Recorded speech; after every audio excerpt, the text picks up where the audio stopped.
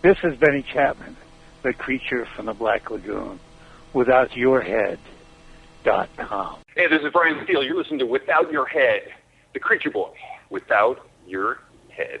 All right, and we're back. Welcome to Without Your Head Horror Radio. I'm Nasty Neil, along with my right-hand man. Jeepers John, Jittery John. I'm sorry, I messed it up once again. Oh, man. You're sleepy tonight, aren't you? Yes. All right. And my left-hand man. I think that would make me... I couldn't even remember who I was. I'm Terrible Troy, I think. Man, you guys are out there. I know. We're joined tonight by the Creature Boy, Brian Steele. Hey, hello out there to everyone. Yeah. How you doing tonight? Doing all right. I'm out here in Calabasas, California, and it's about 106 degrees at the moment. Damn. I thought it was hot here. You guys got a bit of a heat wave going on out there, right? Oh, yeah. Yeah, I'm on the Cape Cod, Massachusetts. Pretty hot out here. But let everybody know, you can go over to creatureboy.com. That's your official website, and you got the apparel up there, and you can see all the different people you've played. Well, not really people, all the different monsters you played. You played so many, and just this Friday, the newest one, Predators, open. Were you happy with how the film turned out? I'm really happy with how the film turned out. Nimrod the director had a definite understanding of the material, where he wanted to take it, and Robert Rodriguez coming on board and reading the script, I think, about 15 years ago, and then adapting it, kind of like making it present day. I'm real happy with, the development of the characters and stuff like that, and, I couldn't really have asked much more. It's like in the movie, I got to play, Mr. Black, which is now the Berserker Predator, and also the Falconer Predator. And then buddies Derek Mears and Kerry Jones filled out the cast of Predators. How cool was it just to actually, see yourself in the Predator's suit? Let me tell you, it's really hard. You go in for fittings, you do the body cast, you see it being sculpted, and then when you put it on for the first time, and you're putting the armor on, you're putting the hands on, but you're putting the dreadlocks on, but it really didn't hit me until I put the mask on. Yeah. That's when you kind of like, I looked in the mirror, walked through K&B Effects over there in Van Nuys, and I walked through and I just went, wow. And I looked in the mirror and it's just like, that's when it just hit me. I was like, this has got to be the coolest thing ever. And that one, that's the, I was looking in the mirror, I was like, wow, I am just the baddest man in the galaxy right now. I was like, this is the coolest thing ever. I'm sure before you have it on, you have it in your mind how you want to play the role and how you want to move your body and stuff. But once it's on there, do you have a totally different a better idea of how you're going to do it? Basically, what I do with any role is I look at source material, and if there's not source material, I study the animal movements, or I go by the sculpture itself, because generally the sculpture will tell you how it should move, by the design and where to carry the weight and stuff like that. And here we had so much source material with Kevin Peter Hall, and I believe go right to the guy that originated the role, and kind of adapt from his performance, to the new species, and make, which they wanted to make them more, if, as it says in the movie, it's like if the difference between dogs and wolves. So these are more animalistic. They don't have the honor code. So what we did is we just elevated up their performance a little bit as far as their tempers, their aggravation, and stuff like that in their movements. Mm-hmm. I read an interview with you where you said before you take the role, you look at the whatever the creature's supposed to look like, and you work on different body parts, depending what you want to build up. What specifically did you build up to take the Predator role? Excuse me. What I knew going into this was that it was going to be a really quick shoot. I mean, I think we shot the movie. I was on it for 10 weeks. Mm-hmm. And which is kind of a really quick down and dirty shoot. So I knew more than anything that I was going to have to be strong cardiovascularly. So it's I did a lot of swimming, I did a lot of circuit training, and I did a lot of mountain biking. And then I trained specific body parts, which was a lot of like sprinting, shoulder presses, and that kind of stuff, because I knew that there was going to be a lot of fighting going on, and that's what kind of lent myself to this, was just being ready to shoot, pretty much every day for 10 weeks, and just be able to take it to the level of being able to fight all day long and just being ready for it. Yeah. Now, when you do a movie like the Hellboy movies, when you play like so many different creatures, how do you prepare for that then? Okay, like in Hellboy 2, I played Mr. Wink, I played Cathedral Head, I played just a troll character, and I also played the Fraggle Wump character. For me, all the Fraggle Wump and Cathedral Head and the troll character, I knew that just my standard training, what I just described, the Mr. Wink was, I knew was going to kind of test me mentally and physically, and because he's just something that I didn't even know how to get my mind around how to train for that guy, because I'm up on 9-inch leg lifts. I'm up on, that I'm carrying 130 pounds. I'm carrying the one mechanical arm, which throws off your balance because it weighs like 20 pounds on one arm, and we're fighting with this thing. And I'm looking out of the mouth.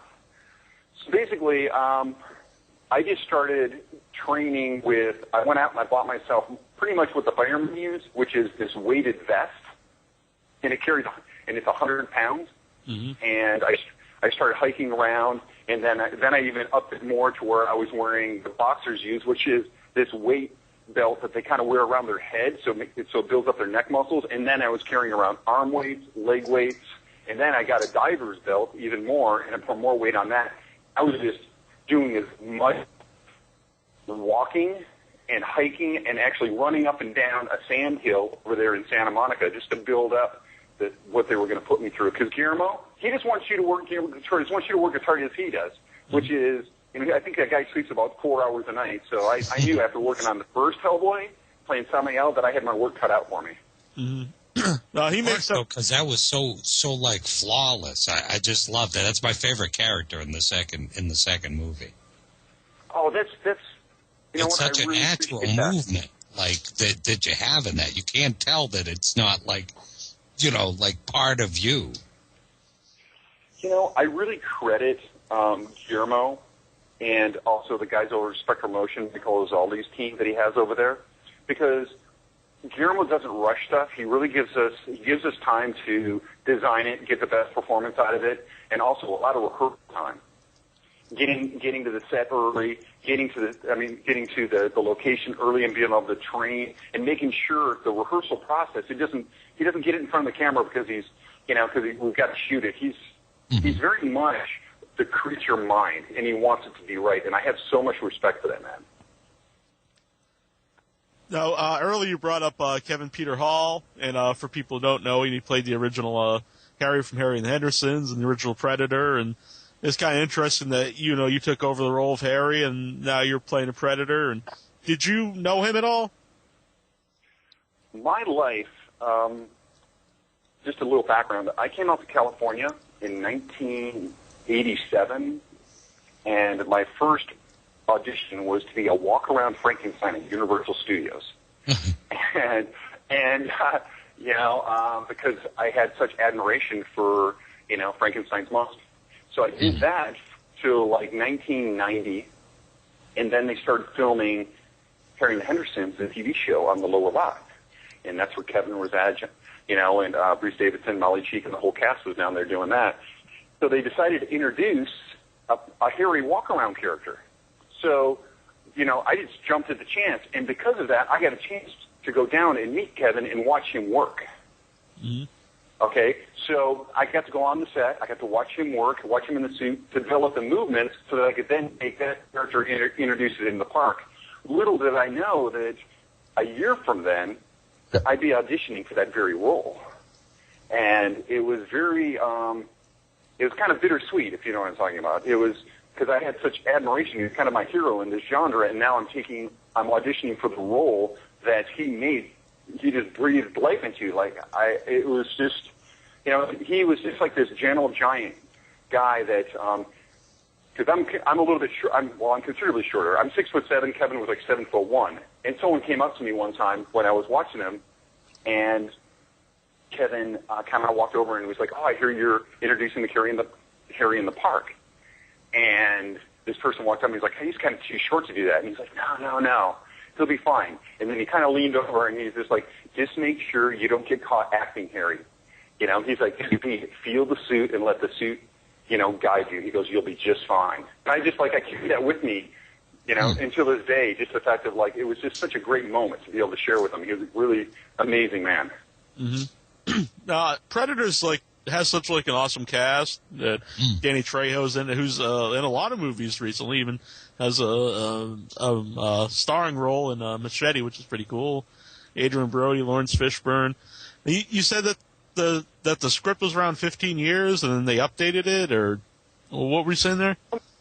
From what I understand, in the different interviews and the conversations that I've heard with Robert, was that he wrote this script before Predator 2 happened, I believe.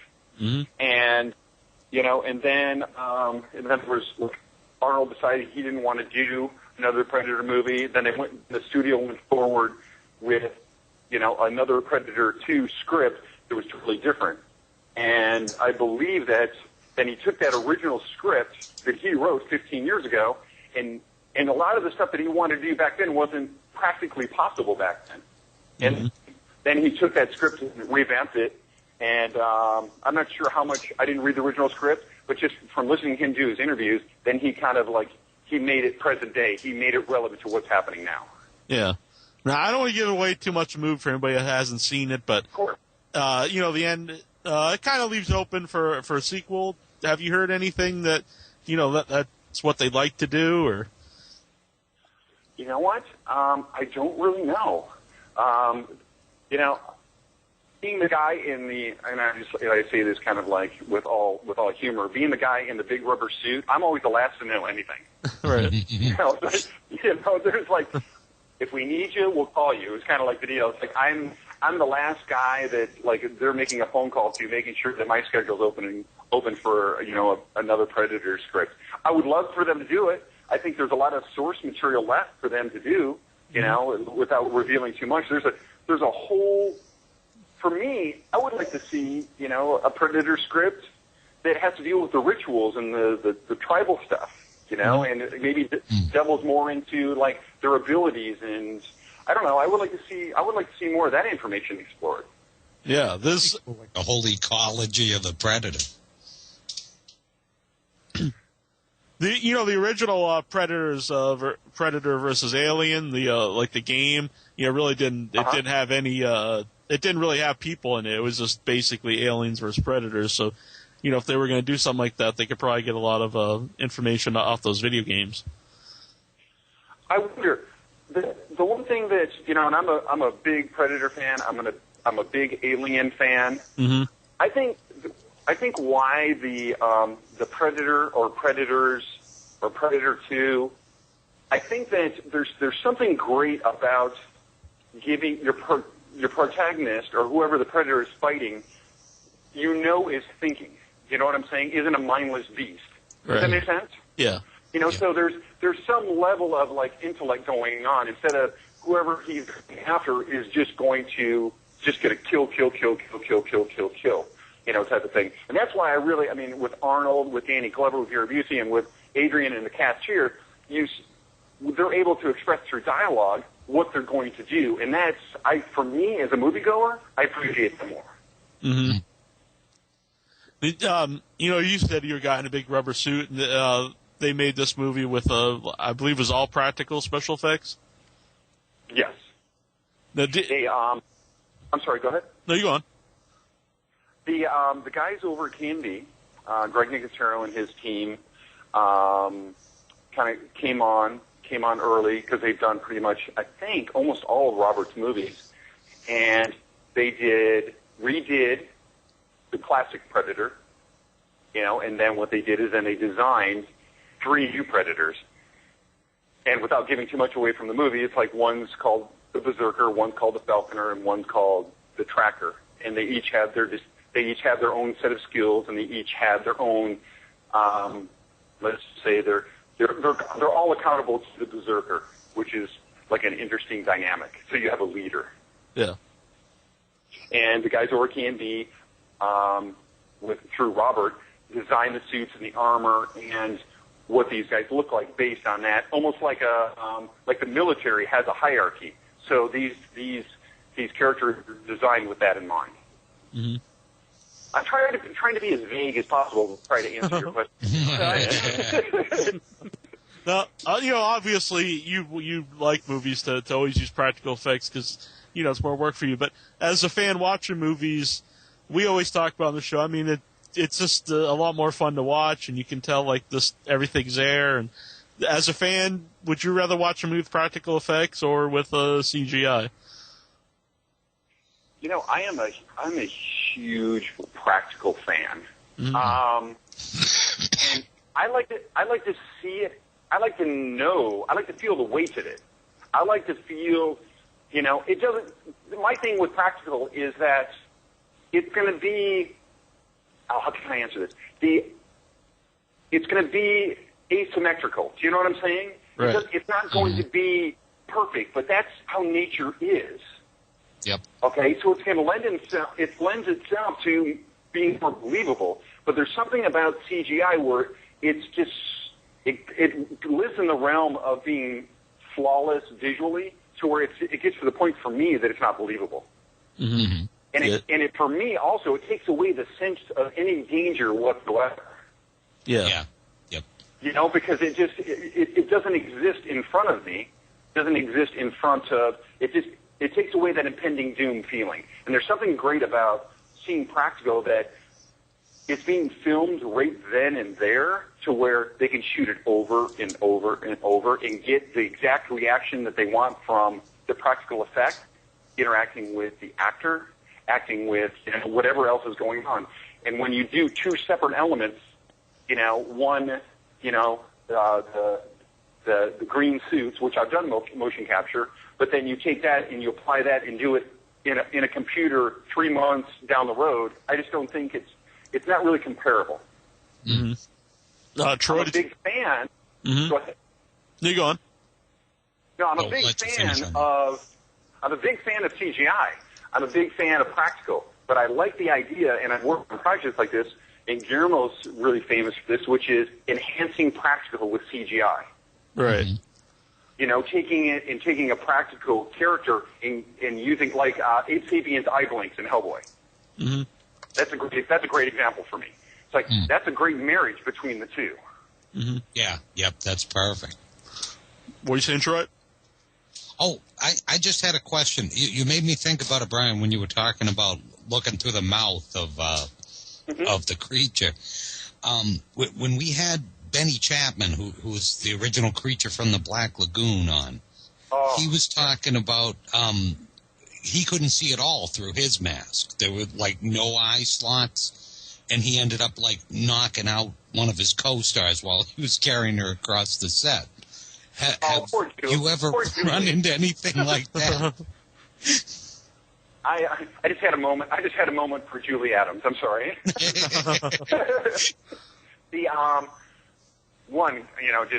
God bless Ben. We lost him not too long ago. Yeah.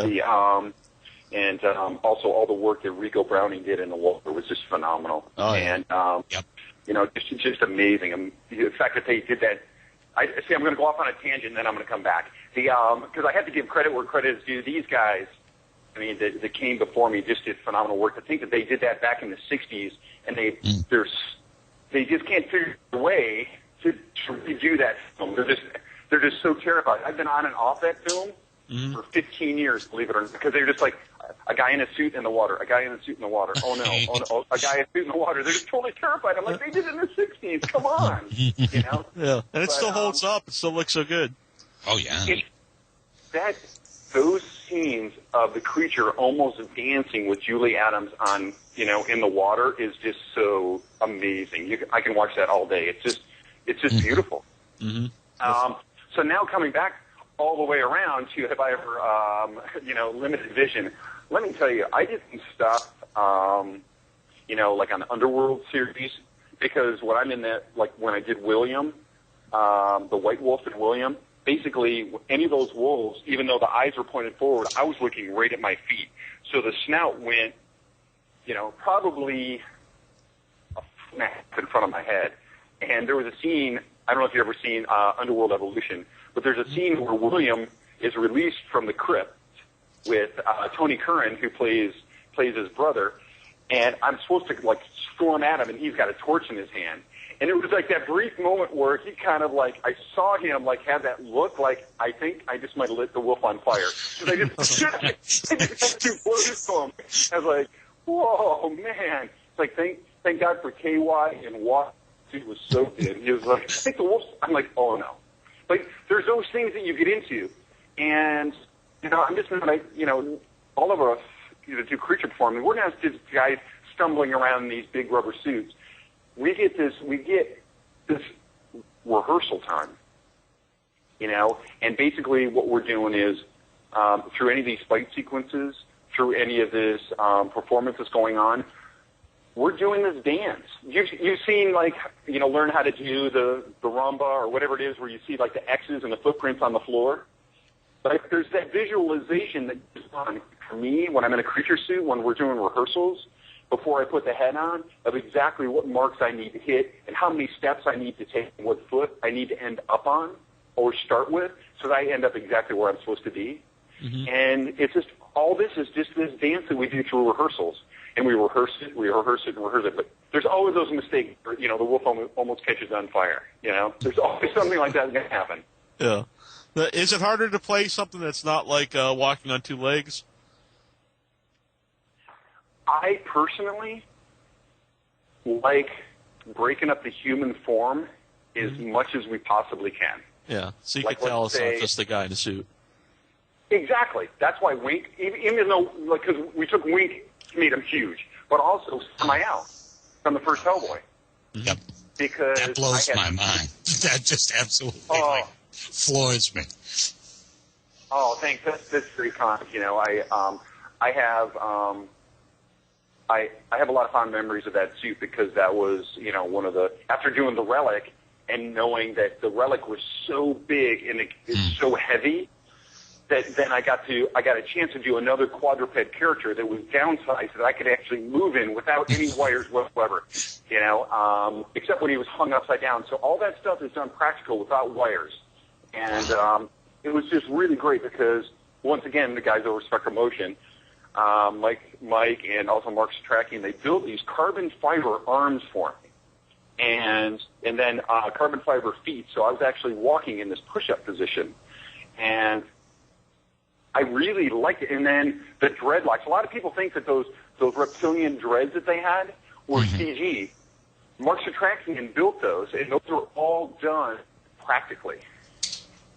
Wow. And basically what he could do is he had them programmed. See, this is what we're talking about, breaking up the human form. You just look at that, and you're like, and it's just moving, like Medusa, and you're like, oh, my God.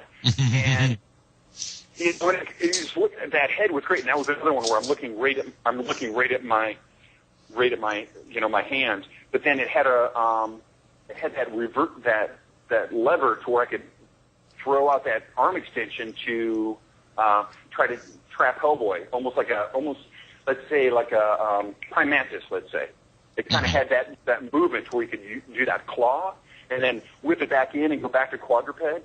Just such a great character because you look at it and you're like, how is there a guy in that? It doesn't make any sense. And I like that. I like that challenge. Mm-hmm. Do you ever get to keep any of the suits or any of the masks or anything?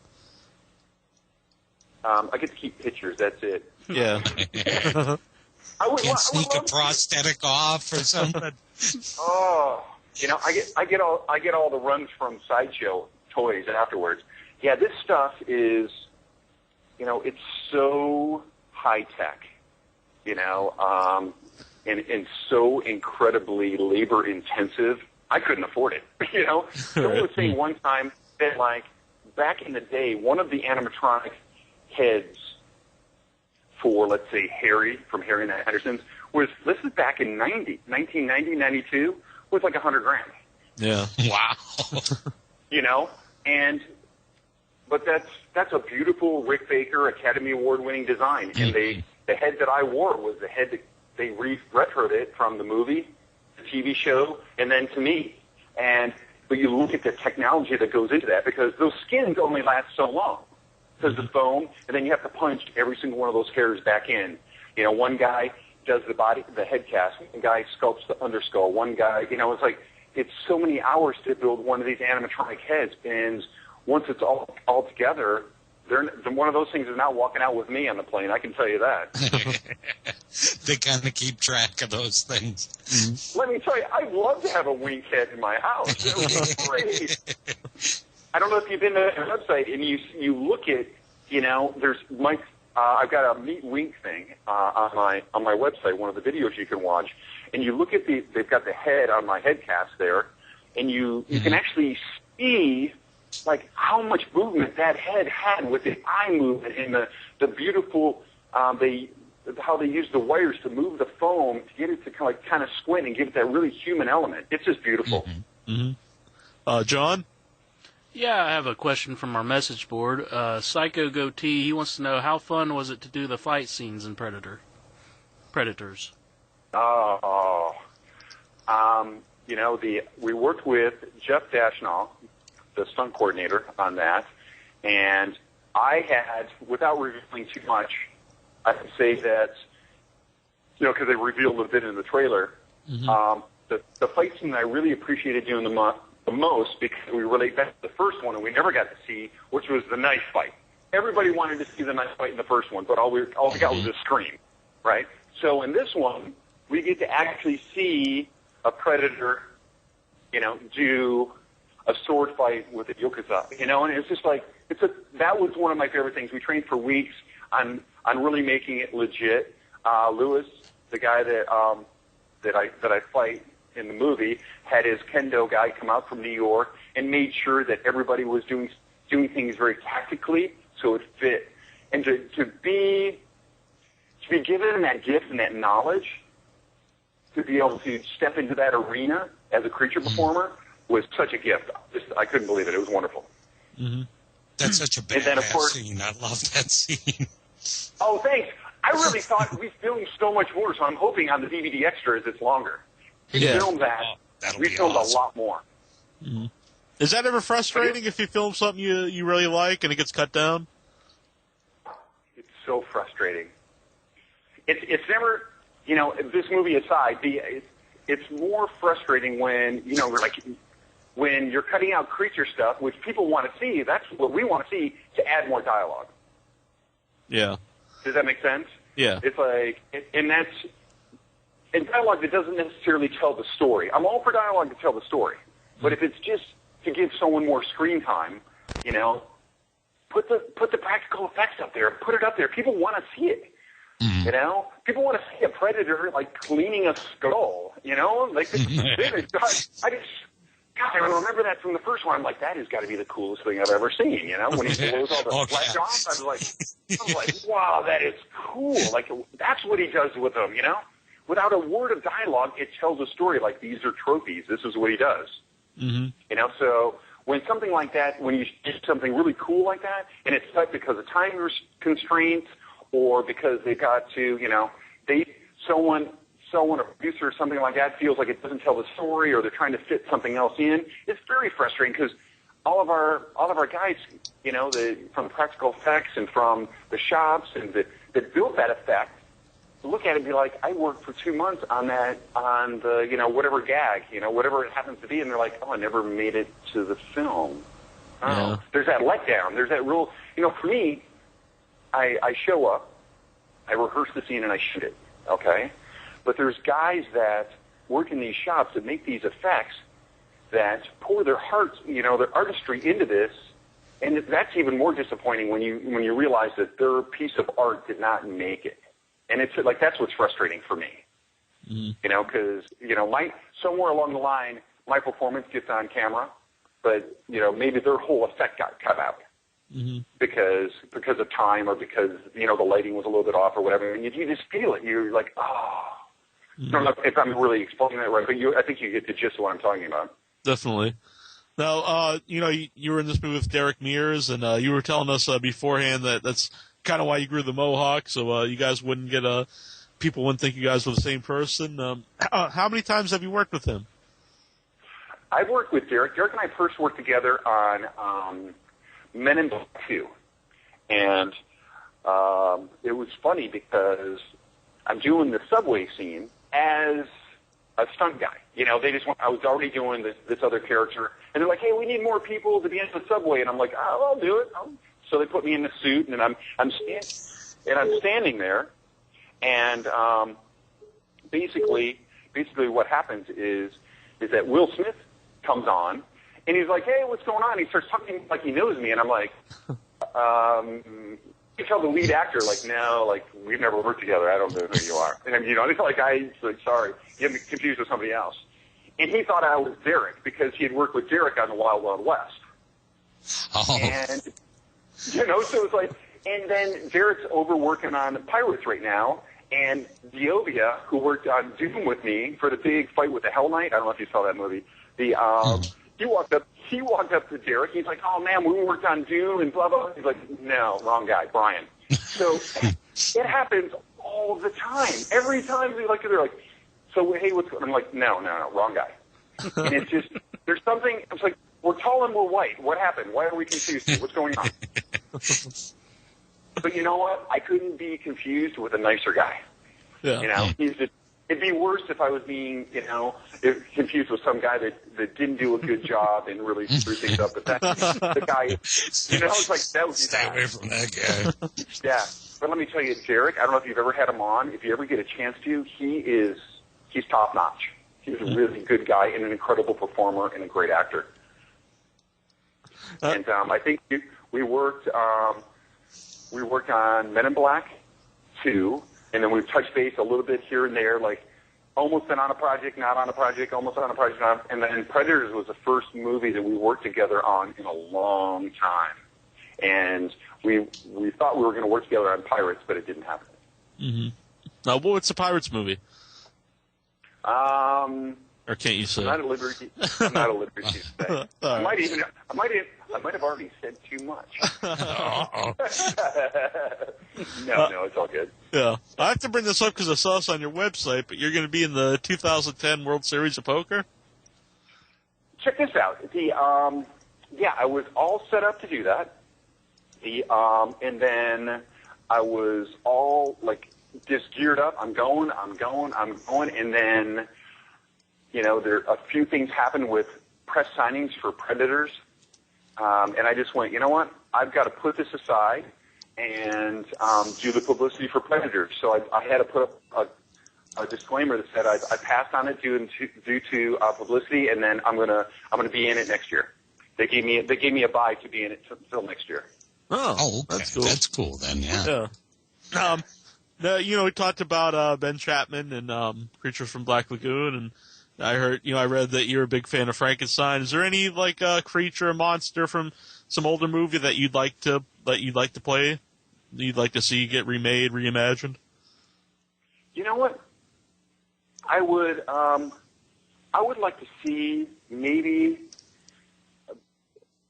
I would like to see Creature made, but I would like to see it made as a period piece. Mm-hmm. I think that's really for me as a big fan of the original one. I think if you bring it to present day, it kind of loses some of its appeal. I don't want to say appeal, but it loses some of the magic involved with it because of technology. And then you start, what weaponry, it's because then it was really like a mano kind of a love story, conflict. I really feel that I'd like to see if Creature gets made, be made as a timepiece. I would like to see. Frankenstein's monster, obviously, Guillermo's going to do it. Doug Jones is going to be, and he'll just be absolutely wonderful. I'm looking forward to that. Awesome. It's going to be anything more in the Bernie Wrightson style, which is sweet, beautiful. If you see Doug, I mean, it totally fits. You look at him and you're like, oh my God, Wow. And I think they're going to get ready to do. It's not going to be Guillermo's next project, from what I understand. But I do believe, just from reading about it, that it's going to be, one of his, after he does his next big project, he's going to go forward with that. I would like to see maybe, I think the Hunchback has a very interesting draw as far as, you know, the whole misunderstood and what's going on. I think that'd be there's a lot of stories there to tell. And that could be done as a, you know, it wouldn't necessarily have to be done as a period piece. It could definitely be done present day, especially with where society's headed and stuff, because that lends itself to present day, especially with everything that's going on now. You know, the Wolfman's been done, and, you know, I want to stay away from any of the, you know, all the Dracula and Empire stuff has gone so overboard, high end. True. You know what I'm saying? It's just, it's gone more erotica to me. Like, do you agree? Yeah, you're right. I would like to see, like, maybe a throwback Mummy movie. That would be, you know, just to, you know, really, you know, once again, Boris Karloff, genius. You know, you look at what those guys did. They basically, you know, built Universal Studios. You know, Boris Karloff and, you know, Lon Chaney, all those guys, basically those monsters built Universal Studios. And to be able to do, like, I'm really curious how you approach that unless it, you know, you told the story of, you know, something was found or some crypt was found that was undiscovered before, or maybe even being able to tell it as a, you know, a present-day exhibit that's traveling around and what curse follows it as it goes from city to city. That'd be an interesting story also. Yeah, that would be kind of cool. Yeah, because then this kind of black cloud follows this, you know, this tomb as it goes around, but everyone thinks it's, you know, whatever. Of course, I'm thinking stuff up the fly from that question, so. What was well done? All those ideas are free. Everybody, they're out there in the universe now. We got a caller here. We're gonna take one caller. We got Weeble on the line. Hey man, how's it going? Going all right, man. How you doing? All right. So you basically played Drake when they dug him up in the tomb, right? In Blade Trinity. Yes, I did. Yeah, you played the monster, right? How unique you think that was to, like, give him like a monster form before he took like a human form? You know, as far as, like, I really like the idea that the armor that they gave him, you know, it showed the background that he was a fighter. It showed that, you know, that this armor and stuff, so there was a history there. And as far as the difference between the Drake Beast and, you know, Dominic Purcell, who played the Drake himself, I like the idea. You know, Steve Wang sculpted that in the design. I like the idea that it was vampire high end. You know, they just blew the design out and went, you know, we're going to really blow it out and make it different from anything else that's out there. I really thought the design fit the story. What did you think of it? How did you like it? Oh yeah, I liked it. I thought it was great because, like, you know, like he just basically, you know, he got tired of it and he went into hiding, and, you know, he didn't want nobody to bother him. I thought it added a lot to it, you know, because it's like, I mean, but after that, does it kind of kill it? Because who does Blade fight after he beats Drake or Dracula? He really doesn't. Does it kind of kill the story too to you, or because, like, what's left for, like, you know, Blade to do? And he takes out, you know, Dracula himself. Yeah, well, the thing is that he did kill off the original bloodline, but, you know, there's a lot of story left to tell as far as who Blade could fight. And actually, I think that Wesley Snipes now is trying to relaunch that whole series. And I don't know where they would start out or how they would start from, you know, what story there is to tell. But Blade can fight just about anybody. It doesn't necessarily have to be, as far as I'm concerned, vampires. It can be anything, especially with, you know, the stuff that's going on today. Anything could probably spin off into that story. Yeah, because everybody's out.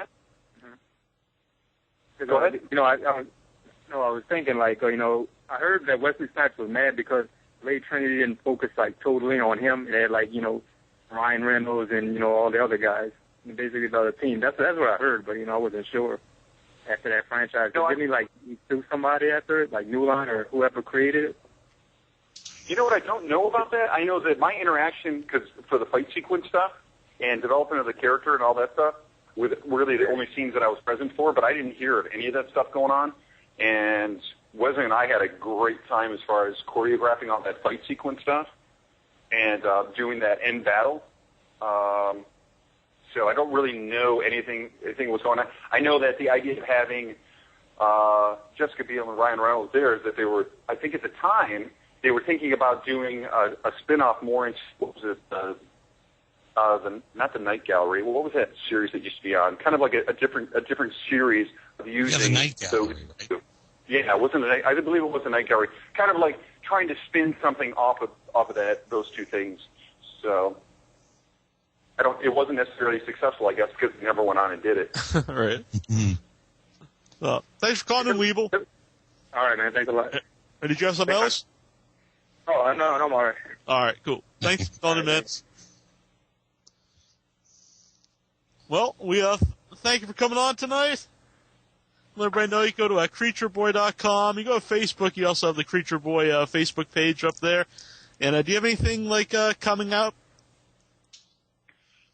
Basically, I finished filming with Brandon Rossi, the Dylan Dog series from the Italian comic book, and that's supposed to be being released, I think, this fall. And then I did a knighthood comedy with Danny McBride. That's supposed to be coming out. It was supposed to come out this fall, and then because of Danny is doing another series of Eastbound and Down. Oh, I don't know if man. you're familiar with it. Sweet. Oh my God! I love that show. Isn't it? Oh my God, that is like my roots coming. I grew up in Michigan. I'm all about that. That show is absolutely top to him. When I met him, I was like, that show is genius. I was like, when are they going to start? He goes, Yeah. I got my brother here, Troy, hooked on it because I watched it. I was like, Troy, go watch the show. It's just hilarious. Okay. Yep. And I'm not revealing too much about the show, okay, Eastbound and Down, but I do know that he ends up playing down in Mexico, all right, for like a B league. That's all I know. Isn't that going to be fantastic? Oh, yeah. Awesome. You just see him and you want to laugh. Oh, yeah, the guy is just funny. Just funny. The guy is great. And a professional on set. And I did a movie with him, and basically it's going to just be great. And it's, and it comes out, I think next spring. And it's going to be great. And it basically, he plays like the discarded knighthood son, so it's kind of a rip-off, kind of like a Monty Python, Princess Bride, but definitely, that's awesome. Probably R-rated. Definitely R-rated. So it's great. Oh, man. I'll definitely look for that one. What's that? Go ahead. I just said I'll be looking out for that one. Oh, definitely. Yeah. So you're being busy, man. You've got all things going on. You know what? I've been so lucky, to be trusted with these things. And I have, obviously in the stuff that I work on, you have a little bit of that, hey, where's Waldo stuff? Where's Brian, like in Doom, or where's Brian in Resident Evil? But truly, I'm a creature performer. That's what I do.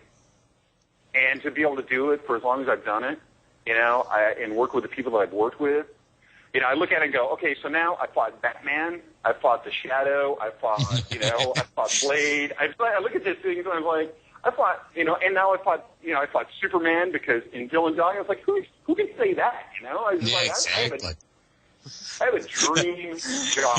I have a dream job. That's a pretty good resume right there. Right?